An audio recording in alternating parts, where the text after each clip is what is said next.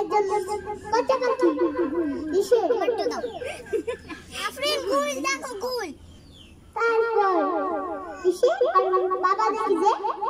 একটা নোংরা পাখি ওকে ঠুকরাতে ঠুকরাতে নদীতে নিয়ে যাচ্ছিল বাবা ইসে এই নোংরা পাখিকে এমপে ঠুকরা তারপর বাবা ইসে তারপর বাবা এসে বলল যে কোনোদিন বাইরে থাকবে না ঘরে আসো তাহলে ওই নোংরা পাখি আবার নিয়ে যাবে আর মা নাকি অনেক ভালোবাসতো আর বাচ্চা মা কে ভালোবাসতো একটা সে করলো যে বাবা মুখ বাবাকে